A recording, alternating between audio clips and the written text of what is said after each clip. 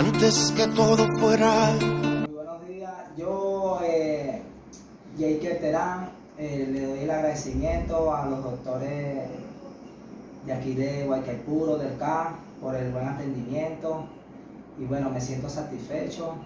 Muchas gracias por la atención y bueno, que siempre sea así. Muchas gracias. Dios es sin razones y el miedo va a gotear.